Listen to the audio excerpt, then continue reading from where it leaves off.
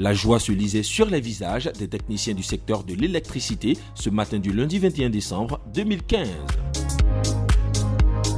La raison de cette émotion, la mise sous tension de la mythique ceinture 225 kV d'Abidjan, un projet important qui mit plus de 3 décennies à voir le jour. C'est un homme très heureux qui vous parle ce matin parce que la mise sous tension de ce poste va permettre à beaucoup de cadres du secteur de l'électricité de caresser un vieux rêve, de voir la ceinture d'Abidjan être réalisée.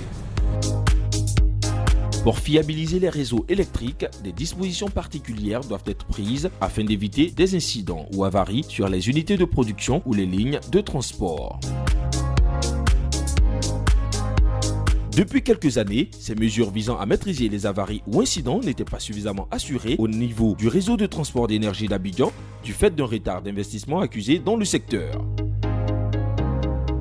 En effet, la configuration du réseau de la ville, qui était en boucle ouverte, engendrait des contraintes d'exploitation avec des surcharges de certains ouvrages.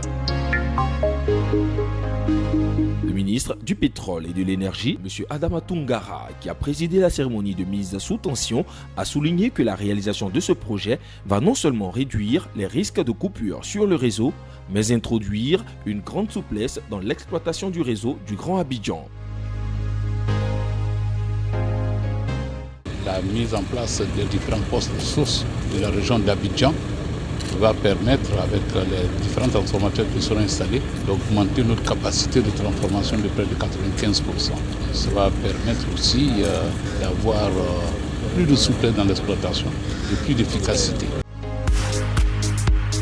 Le ministre Adama Toungara a profité de cette occasion pour féliciter chaleureusement l'ensemble des entreprises qui ont pris part à la réalisation du projet, notamment les entreprises ivoiriennes qu'il a encouragées à prendre une place plus importante dans la construction du secteur de l'électricité de notre pays.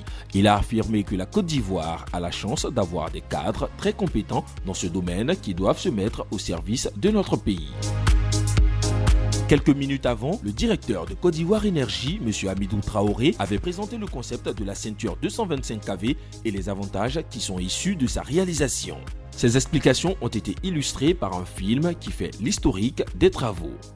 Ce projet marque l'installation des premiers transformateurs 5 MVA au niveau de la Côte d'Ivoire. Ce projet marque également l'installation des premiers pylônes tubulaires 225 au niveau de la Côte d'Ivoire. Et enfin, ce projet également, il marque le déplacement du poste d'interconnexion entre le Ghana et la Côte d'Ivoire, qui était au niveau du poste d'Abobo, et maintenant c'est au poste de la Riviera.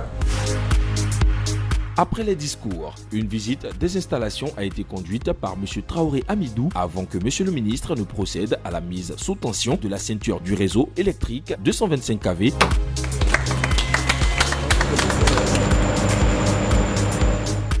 Les réseaux électriques ont pour principale fonction d'assurer la mise en commun de tous les moyens de production de l'électricité et de garantir le transit de puissance entre ces moyens de production et les différents consommateurs.